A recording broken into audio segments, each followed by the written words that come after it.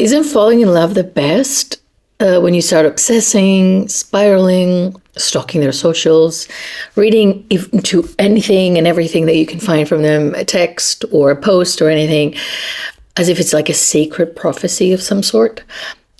When you cry to such songs, overanalyze every interaction or the lack of thereof, and convince yourself they're the one. Even though maybe they barely know you exist or they just have a very superficial relationship with you. Isn't it fun when you can't sleep, can't eat, and you feel like you're actually going to die unless they love you back? Yeah, that doesn't really sound like you're falling in love. It sounds like you're regressing into your childhood despair and unmet longings. Yeah, that's not love, that's limerence. In this video, I will break down what limerence actually is, why it feels like love but actually operates like an addiction. I will explain what limerence is actually doing in your life, expose the core wounds behind limerence, and show you how to break free. By the end of it, you're gonna understand why this obsession feels so intense, what's really keeping you hooked, and what you need to do in order to finally move on. So let's dive in. As per the official definition of the word limerence, it's an intense involuntary state of obsessive infatuation with another person, characterized by intrusive thoughts, emotional dependency, a desperate longing for reciprocation, and an addiction to fantasy over reality. Limerence thrives on unavailability, and so the more distant or indifferent people are, usually the deeper you fall. Now, limerence is not love, right? It's a different word to describe a different experience. So we'll dive into it.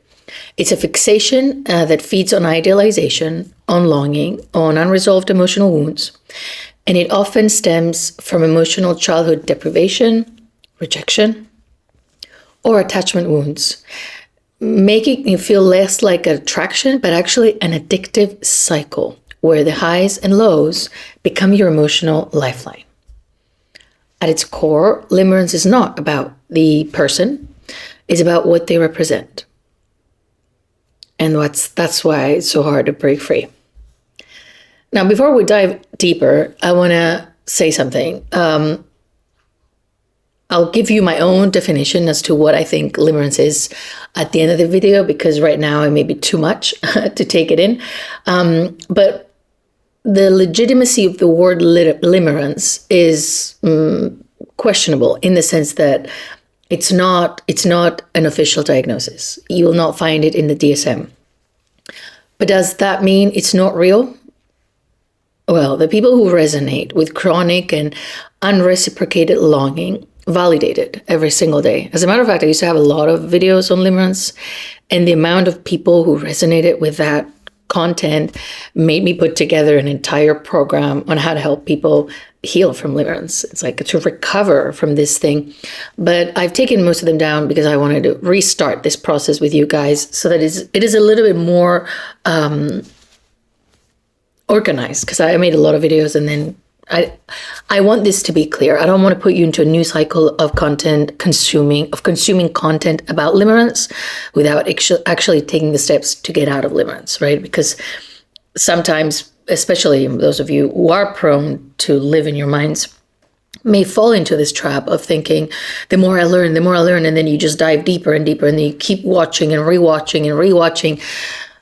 But at the end of the day, there's nothing else new to learn. You just have to do the work that I will be explaining later, but also make the decision to change this, right? This is a decision. And I will break down everything in this video for you. So let's do it. So all of these people that resonated with unreciprocated longing validated it every single day. I had comments of people saying, I've been in limerence with this person for 7 years. I've been in limerence my whole life and I'm 72.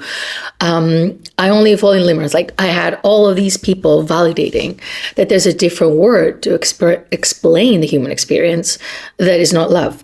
And I'm not the only one who has come through this because originally Dorothy Tenev did that too. She coined the term limerence. And she actually wasn't even studying love. She was studying human relationships and emotional experiences. She wanted to understand basically why people get fixated, even when there's no much of reciprocation. And through the interviews that she had with all these people, she noticed a pattern. The people that were showing up were not in love. They were in a state of obsessive and involuntary infatuation that completely consumed them. Their emotions were not based on real connection, but on fantasy, longing, and a desperate need for reciprocation. Hence, she coined that term. But she didn't want to describe love or any sort of that. She wanted to describe the illusion of love that is fueled by attachment wounds, emotional dependency, and unmet childhood needs. And blending into that, a tendency to engage into addictive behaviors. So limerence is more than a buzzword, right? Although we've been talking about it, throwing it left and right. People throw it left and right without even understanding it properly. Not everything you feel is limerence, but not everything you feel is not limerence either. This is up to you to sort of like see yourself within the things that you're learning about limerence. And most importantly, what I always say to people, and I say that even in the introduction of my program, I say the word per se doesn't matter. And what I mean is just observing that there's something off about the way that we're falling in love. And there's something that we're doing that is actually not what we think it is. And it helps us uncover the unconscious processes. So really what we truly need is to see ourselves through experiences that are actually what we thought they weren't. And I'll get you to understand this as we progress. But in reality, when we're falling in limerence and the way we obsess and fixate is not taking us towards someone, because limerence as a mechanism is a mechanism of avoidance of intimacy. It doesn't get you to intimacy no matter how much you're pretending you're going toward it, because it's mathematically almost accurate to never pragmatize. And the proof is that for those of you who have had your limerent object, which is the person we tend to characterize as a person of obsession, that limerence dissipates because there's a dissonance between your fantasy and who that person is. So for limerence to remain and to thrive, it is almost essential that we're not with that person, or else we'll see the real person and our fantasy will have to collapse. Now, see yourself through the words and listen to what I'm about to say. And if it resonates, then you get to explore what needs to be explored for yourself, right? I don't want you to go diagnosing yourself, but I want you to understand yourself, right? I want to get this out of the way. So, breaking the illusion. What is limerence? If it's not love, what is it? And why does it feel so overpowering? Limerence tricks you into thinking you're deeply in love. Thinking and love. That means you aren't feeling something. It's almost like a constructed type of experience, a cerebral stimulation of what would be an emotional connection. And limerence isn't random, like it doesn't happen to you because you met someone so special and it's like fate and destiny or some cosmic connection, although we do like to induce concepts like that. They're very dangerous concepts to induce when we are driven by forces that make us pull out things from reality and connect them into our brains and design our own reality, which is in complete dissonance with the actual reality. Limerence is a psychological mechanism, a way your mind has learned to cope with pain, unmet needs, and deep emotional deprivation of your past, which means that for those of you raised in homes with abusive parents, emotionally abusive parents, immature parents, parents who didn't validate you, parents who neglected your emotional needs, will come out of these childhoods with so much unmet longing. And then but at the same time, so much fear of being close to people, because if you've had a narcissistic and a toxic parent, intimacy becomes a very scary place to be. It's almost like limerence is the perfect scenario. It's the perfect thing that can happen to you so that you can kind of experience love, but not really. in a way that you are hoping you'll be met by love, but also love is not going to come close enough to hurt you, which is why, as I said, limerence is an avoidance mechanism. Now, it's very important that limerence doesn't really thrive in reality. And as a matter of fact, it thrives in uncertainty, because uncertainty fuels fantasy. So you don't really need reality to confirm your feelings. You have your feelings, and then you're looking in reality to take whatever you can and filling those gaps internally. So you will obsess over small actions, over analyze words, piece together a narrative that supports the story that you want to believe. Basically, you're living in your own Limerence land in a little town called Me, Myself, and I, but you're making it sound like love forever with someone else. You're on your own. It's a very solitary experience that is happening in your mind. Also, trigger warning, maybe some people say I may come off a little bit cynical when it comes to these subjects. I want to enter this conversation saying, I'm very knowledgeable in this subject, not only because I've worked extensively with it, but because I worked extensively with it. So I totally get where you are. I've been there.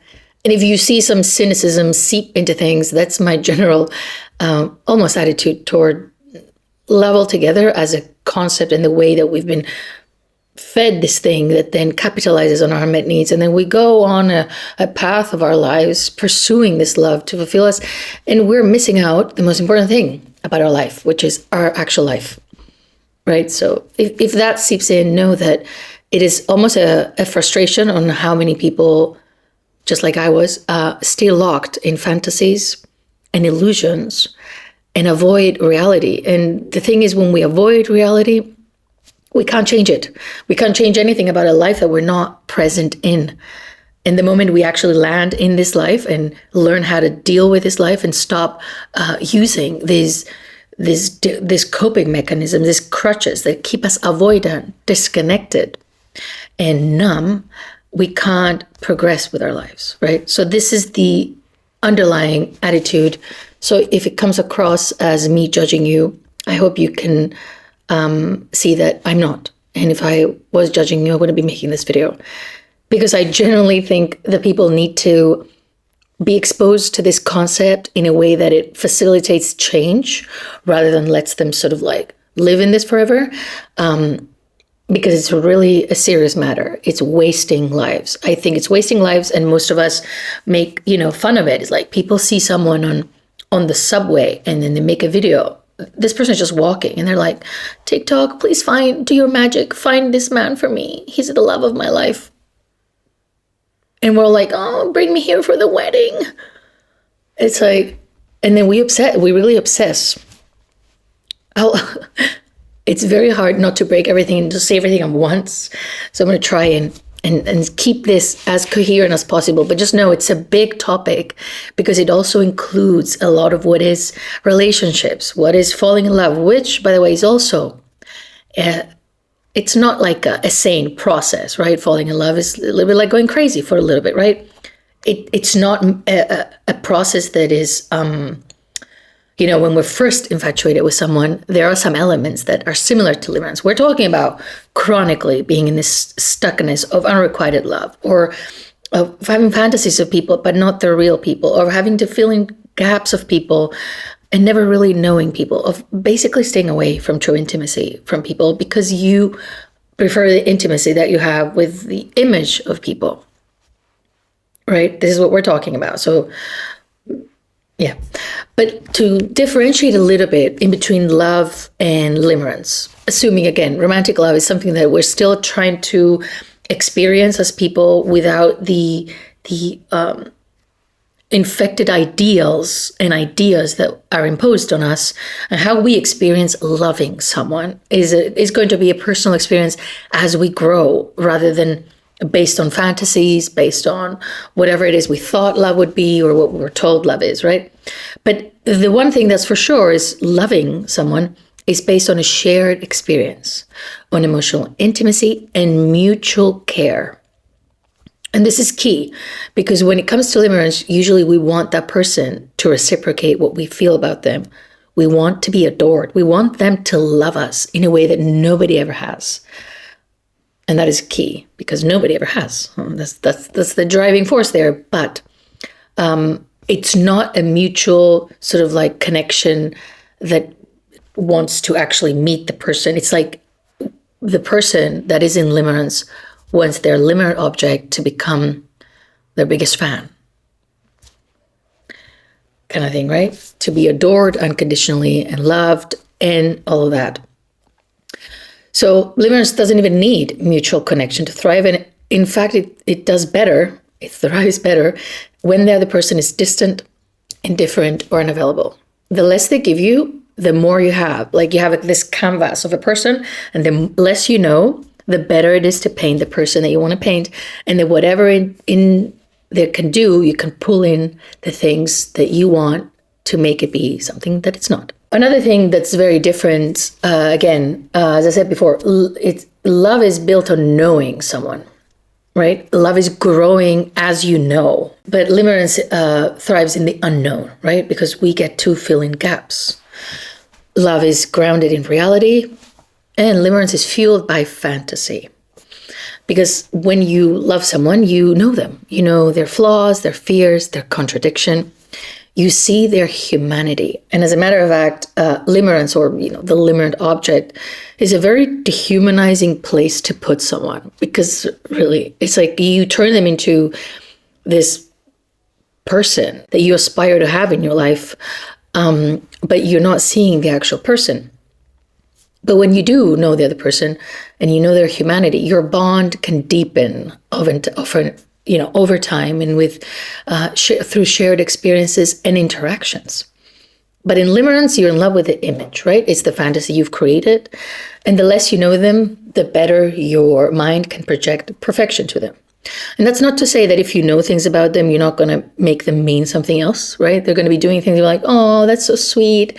They just burn their house down. Isn't that romantic? Or whatever. Like you're gonna come up with all sorts of things that make them be a good person or amazing or fit into the image that you have of them, because that pre-exists and you have to continue to reinforce that so that you can stay attached to the fantasy, right?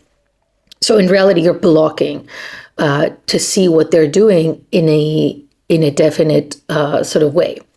So in a way, limerence just requires distance.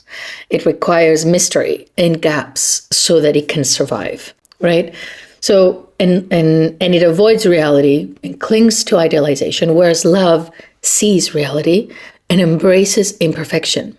It truly sees the other person, not for who they need them to be, for who they are.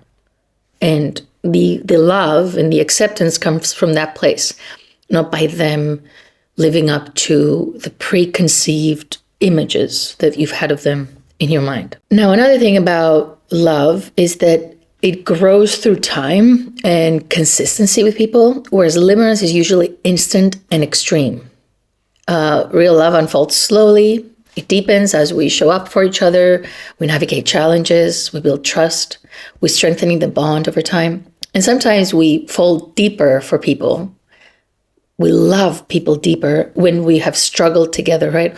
When we have gone through hardships and they were there, or when they have gone through hardships and we were there, we got closer. It's not because we're living in a castle and we're so excitedly happy. Love has this attitude of being involved into the inner world of the other person and really helping them navigate things out of place of care for the person, not of care about yourself, right? You care about making them feel better, not so that they love you more, but because you genuinely care about them. Limerence, however, is instant and overwhelming, and your goal is to get them to give you what you want. Like you're the star, and they have to be sort of like worshiping that star, and you will get those emotions, and everything is going to be flooding in your system with this euphoric high that will feel like fate, destiny, and once in a lifetime connection. Usually, for me, that always happens with men that are red flags. Like my red flag is my instant pull. Like I will see someone, and if I feel this, it's like, okay, red flag, and I have to turn around. I actually have a voice in my mind after all these years of doing that to myself, that now the moment I see someone and I feel that, my mind says, turn around. And that's it. That's how I know that's who it is. And the other difference in between, like when you're building love with someone, even if you're coming from a traumatic past, eventually love feels safe, right? You're safe because you know that person. In whatever capacity we can believe that we know someone, right? Many people, we may feel we know them, but we don't really. And that exists, unfortunately. But for the most part, the emotional security is built.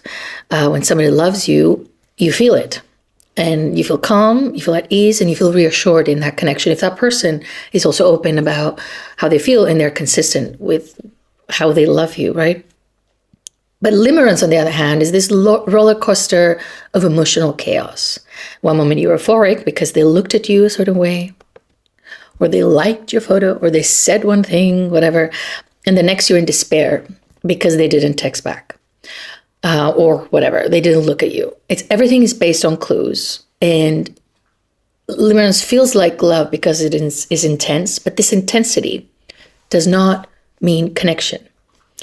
It can mean a lot of triggering of our nervous system. It can mean our patterns, our neuroception, detecting the most toxic example of someone who is completely unavailable, and it's going to break our heart. And we're going to beg them, and they're going to betray us, and whatever. Like there's a lot of other things that are happening in the background, and feeling that intensity is sometimes, a good sign that something is off. So real love, or love, makes you feel safe and valued and seen as a person, and you're experienced. You don't have to make up anything. But limerence makes you feel desperate, very desperate. And, everything is based on crumbs of attention, which is, as I said before, possibly also a mixture of trauma responses / attraction, which is very convoluted, especially when you come from a past of abuse. Now, another thing that is different is that love exists in the present, right? Love is here, love is now. Limerence is always waiting for the future, right? They don't love me yet. They're my soulmate, but they don't know it yet. They don't want to be in a relationship with me yet. So limerence is built on a constant state of waiting for them to notice you, waiting for them to change and become who you think they should be in your mind, with the image that you are in love with in your mind. Whereas love loves you for where you are. It doesn't mean it, someone who loves you doesn't see the potential in you or doesn't want the best for you or whatever, but they love you for you. They don't have an image of you that they're in love with, and they're trying for you to catch up to that image, right? And that opens up another parenthesis. It's going to have to stay a parenthesis here. In a lot of relationship with narcissistic partners, we are dealing with a sense of limerence, that in the sense that we fall in love with images of people pretending to be someone they are, and we fall in love with that image. And they want us, they idealize us to look like whatever they're holding within, right? This shared fantasy that we go into when we are in a relationship with a narcissist. But just put that in a parenthesis. It's a whole different topic for a whole different video. Now, as you've seen, the core difference between love and limerence is that at its core, love is about connection and about the person, whereas limerence is about the addiction and the longing.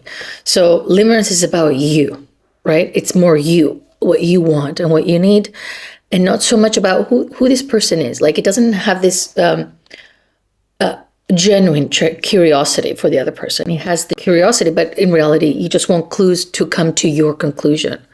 It's not like you're meeting someone and you're letting them be who they are. You're coming into this very driven and very determined. So very rarely limerence is even about the person. It's the emotions they awaken in you. You don't love them. You love the way that them loving you would make you feel, or them being with you makes you feel. You don't crave the person. You don't come with the curiosity about the person. You crave the dopamine rush of obsessing over them. And you don't really need them. You need whatever they're representing in your mind. So if we were to put it in a very, very simple way, love is something you share with someone, and limerence is something that you're going through alone. It's a solitary process. Hence why most of the times we don't own up to our feelings when we're in limerence with someone, because we're not gonna.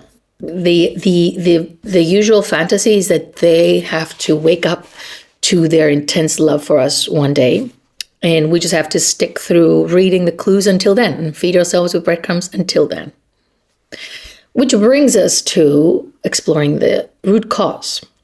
What makes us be this way? Well, the root cause is a powerful cocktail between a lot of fear about things, unprocessed grief, attachment trauma, that tends to result in avoidance of true intimacy. As I said in the beginning, I see limerence as avoidance of intimacy and avoidance of life altogether. It's much like an addiction of any sort. It's just that it remains here and you're just addicted to longing and obsessing and to the highs and lows and into the hope. And but the main idea and the main sort of underlying pain underneath why we're driven to this addiction, because people are driven to addictions for a lot of sorts of things, but if we really look down, we are seeing childhood. And for limerence, I believe we're not falling in love, right? We are regressing to childhood despair. We're getting in touch with an unfulfilled longing of our childhood, because limerence is not love. Is like regressing to becoming a child, and we're falling into obsession and expecting someone to be who we want them to be. And they have to love us a certain specific way, and they have to adore us, and we have to be happy forever after. That is a very childlike mindset, right?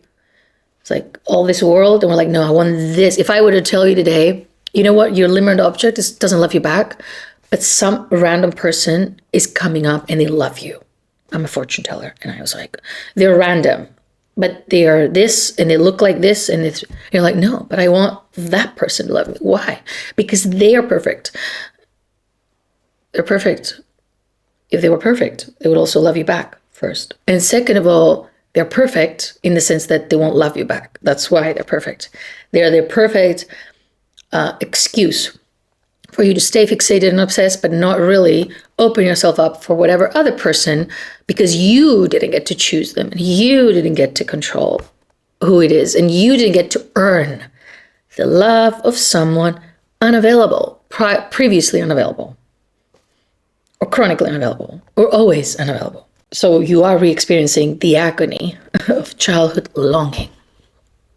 Because as a child, love was possibly unavailable. You were not met, seen, or emotionally held the way you needed. And so you had no power to change over this, right? You were trying to make your parent love you. You were trying to do all these things, but at some point you had to create some hope and a dream that one day someone would love you so fully and you would not feel this pain anymore, right? You're in your room feeling upset. You're like, one day.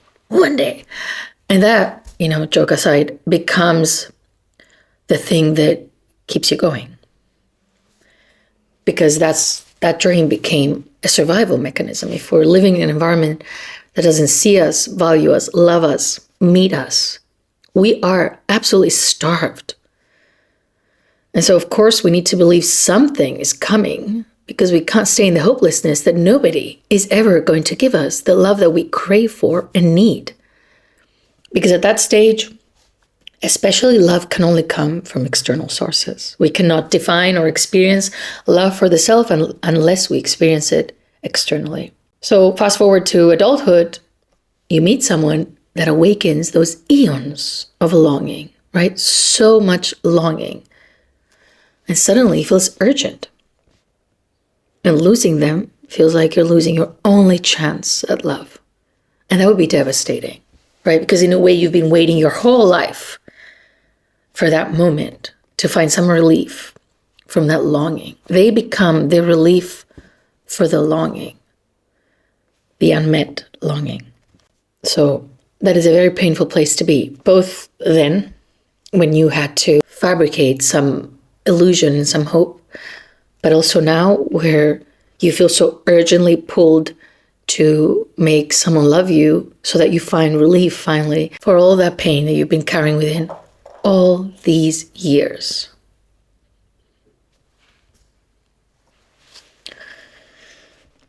Maybe we need to take a pause because that may have been too painful to hear. Let's just take a breather here.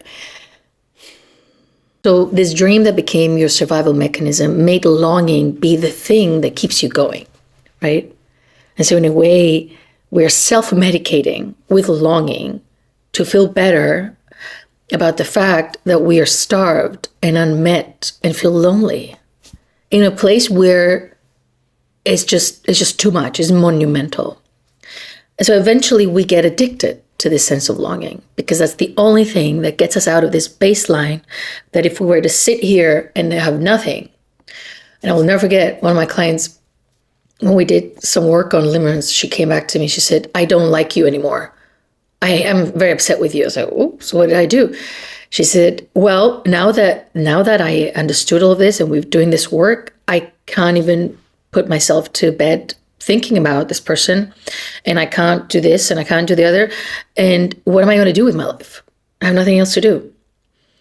Which was so powerful. It's almost like the craving for the addiction left, and she was faced with the fact that her life as a baseline was not a happy place, right? She was actually finally in reality, and now that's the real work, is how to make reality be better, which is the biggest struggle in addiction too, right? It's like we can quit the addiction in a way, but then we have to deal with the reason that led us to addiction. And that's the same when it comes to limerence. But there's the dopamine that is produced by pursuing feels so good. And it actually is a very essential part of our human nature. We need to be striving for something as it keeps us hopeful. It keeps us going, right? And so chasing and analyzing and doing all of this excites us because it keeps us in preparation of going to receive something valuable. But then if it's chronic, we're stuck in just the preparation, the longing, and never truly get it, which is exhausting, right? And in many ways, the more we get rejected, we sort of shift it and turn it into a challenge instead of actually accepting that indifference is a sign to move on. We're like, this is true love because I know, I decided. And so we pursue even harder and even harder. And we block more of the reality further and further until we have nothing to do with reality anymore, right? So we're not truly and fully connected with what is happening because we're trying to survive. And we're in a very big degree in denial about what is happening so that we can remain numb about how we feel. But that's the thing, right? These longing never really ends, and we're trapped. We're trapped out in our longing, time after time, year after year, that just chronically then brings us into a massive sense of despair because it's never met, right? So, if you were to feel very depressed for a period of time, falling in love with someone or starting to think about someone might get you out of bed, right? But there's two scenarios here. You may end up with them and they make it even worse and you fall even deeper into depression, or you may continue to hope and hope and hope and it never pragmatizes until at some point you have no power to even hope anymore. And then you land into the hopelessness of that then becomes even deeper because of what already exists. So the existing driving force and what's underneath is really important to be looked at, because in our way to try to manage it, in many ways, we may be making it even more painful for ourselves as we are putting ourselves into cycles that kind of help us to get us, out of bed or get us moving, but then become the trigger and, the very our mental health really is hanging on a thread of whether this person chooses us or not. It becomes a fixation upon which it feels our life depends on. But it's because of what is pre-existingly there, right? And so with all of what has happened to you in the past, you definitely didn't come unscratched, especially if you've had narcissistic and toxic parents, right? And so you have all these fears of intimacy, of rejection, of being unlovable. And so, again, limerence is the perfect mechanism to help you with all of that because you're not getting intimacy, and you're not going to get rejected, and you're not going to get seen enough to be deemed as unlovable by that person, because as I said in the beginning, limerence will thrive and will stay alive as long as it's not actualizing with a person, because eventually it will clash, right? So based on those fears, you will obsess with someone that's unavailable so that you never have to risk real vulnerability. Instead of thinking, oh, they're unavailable, great, let me just find someone who is. You're like, no, I'm going to make them available. I'm going to wait, or I'm going to whatever. Really, you're just postponing yourself here. You're postponing and you're buying time for your potential fears of intimacy or of being rejected, right? Because if you were to get close, you would fully show up and stuff. So limerence is not even about romance. It's not about romantic love. Again, romantic love is also very infused with a lot of stuff, but it's not really that.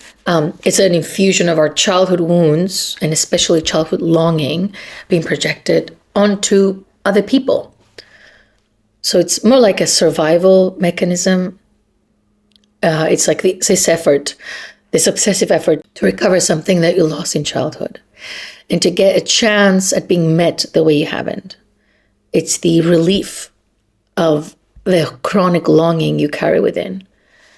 And at the end of the day, is actually working against love. It's actually, limerence is possibly the biggest enemy of love, the biggest saboteur of love. In general, when we create ideas of people before we know them, that is generally not good when it comes to developing relationships to them, because we don't really get to know them.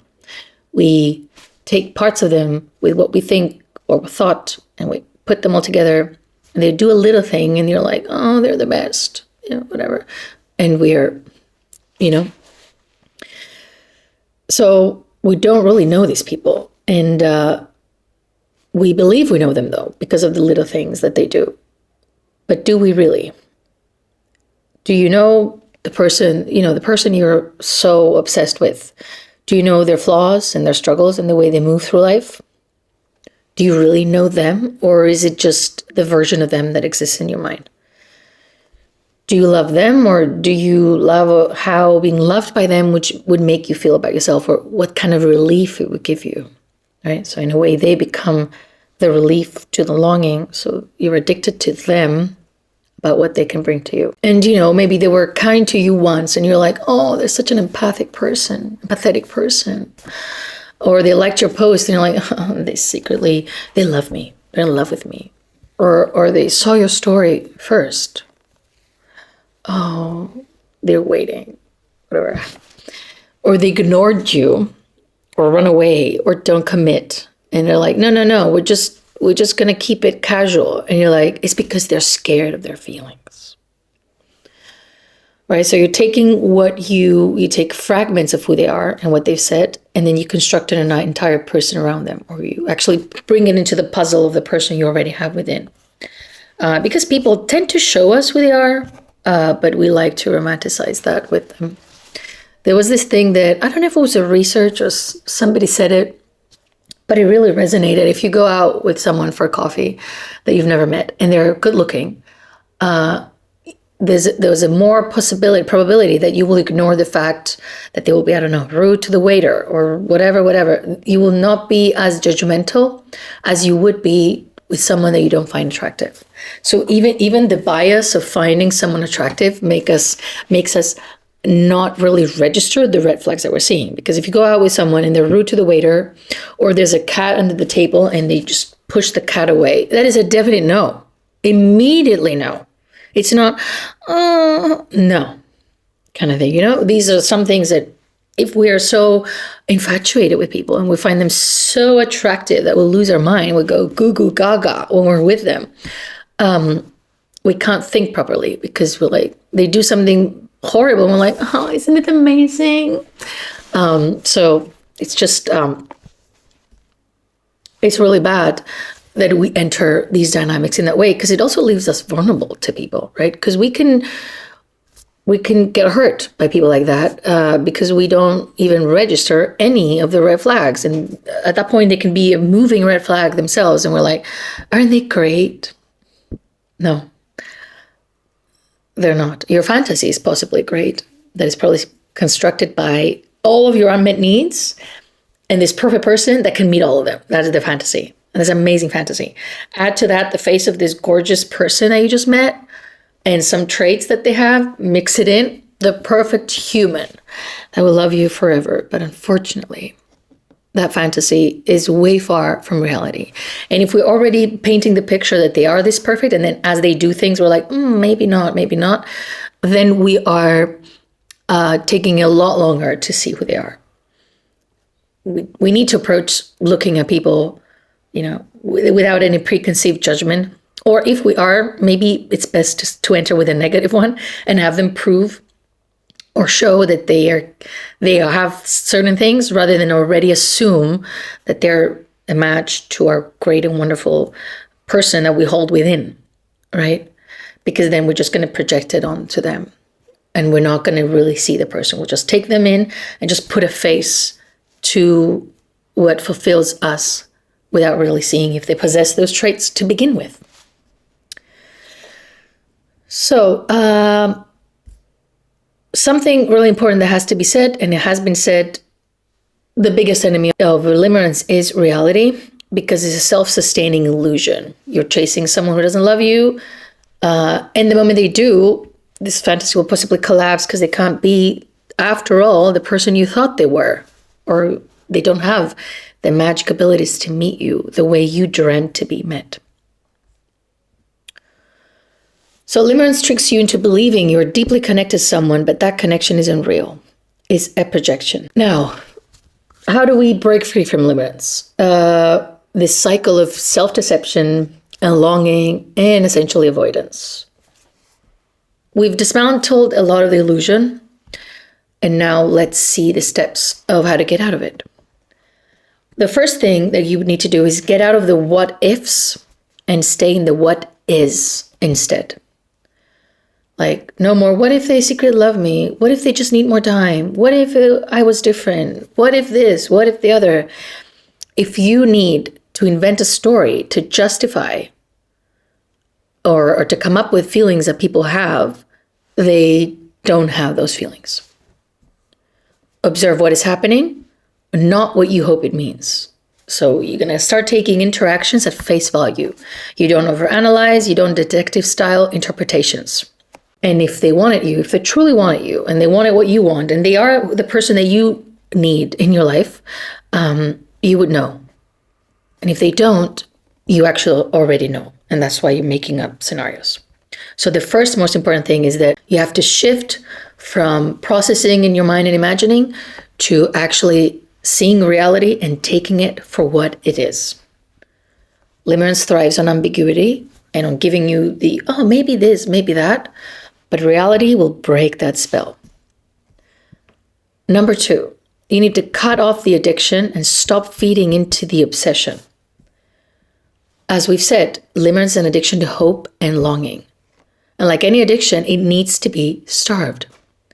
So no more checking their socials, no more stalking their every move, and no more looking for signs. You have to detach. That will feel painful at first because, like my client, as mentioned earlier, it's going to be like, now what do I do with my life?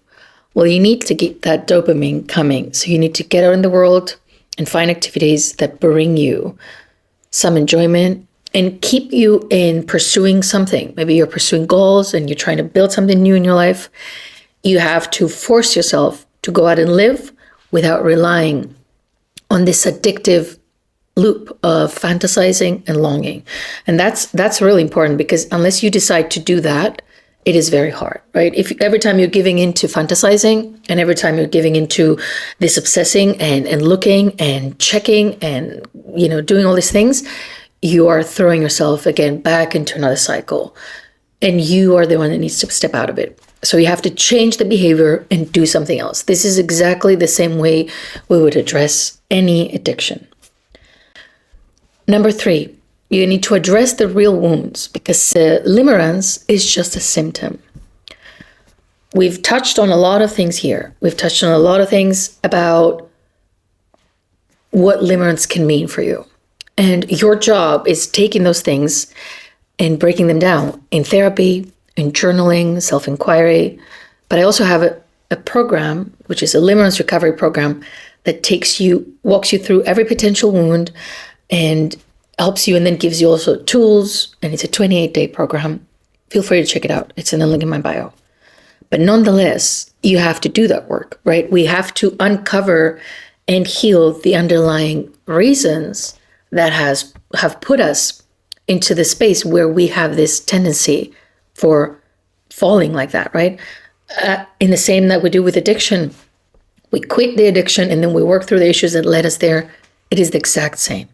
Because sometimes we're like, I'm going to get over this LO, so I'm going to see them for who they are, whatever, and I got over them. Maybe in 2 seconds, maybe in a week, maybe I'm going to go no contact and I'm going to forget about them. Great. And then the next person shows up and you are doing the same, right? So it needs a very consistent approach of, first of all, addressing the core wounds, but also having the skills to manage the habit that was formulated into living life like that, because people are not going to disappear. So you are going to see people in the world that are going to trigger something in you. And sometimes it can just be actual attraction, or other times it could be limerence, or then you're meeting someone that you're interested in and you have to have worked through some of these issues so that you don't fall into that. And actually, if anything, destroy the potential of this becoming a relationship if you start obsessing in that way and dehumanize them in such a way where it's going to be difficult for them to be known by you and for you to let them know you, right? So that work has to happen. And at the same time, we need to develop better coping skills at life and in relationships altogether. And the fourth thing that I want you to do, and you must actually do, is you need to relearn what love really looks like. Approach love with a little bit more skepticism. Maybe you're not going to become a cynic like I am, but Hollywood movies, fairy tales, novels, 50 Shades of Grey, like all that stuff, or little TikToks and Instagram reels that you see that show of a love so fairy tale, and you're like, oh, may this love find me. It's a still frame. It's not reality. So I want you to start looking around you, the relationships that you see people have, the actual things that you see that you have access to. Most of it you're going to see it's possibly very problematic. But if you're lucky and you have some people in your life that have actually good relationships with each other, and are in a good romantic relationship with each other, you will see that it's mutual, the mutual effort. They don't chase each other. It feels secure, and they have built intimacy over time. But just observe real adult love around you. Not the fantasy and not the whole soulmate sort of a thing, but reality. And through that, you can read, there's books, there's beautiful books. Bell Hooks talks about love. Eric Fromm talks about love. You need to kind of expose yourself to the concept of love outside of this intense romanticizing drive, because that really capitalizes on your unmet needs. And it creates this expectation of love to be the thing that will save you from your childhood pain and your childhood longing. But in the process of becoming someone who can be in a relationship with someone, who can truly show up and love the other person, we can't approach it in this self-centered, I want to be met fully way. But we can only detach ourselves from this I want to be met fully way if we do the work and look at ourselves and address the wounds and see ourselves and be with our longing instead of running away from it, right? So we stop trying to use people as a way to cope with the unmet longing and the pain it produces in us, right? So, as promised, I'm going to leave you with my own definition of limerence, because if I had given it in the start, it may have felt a little bit too harsh or too much and too big. But now that I've explained the full picture, I think you'd understand it. So my definition of limerence is the following. Limerence is the manifestation of unmet longing for a connection we never had, and we're actually now very scared to have. It's an addiction not to love, but to our own experience of longing.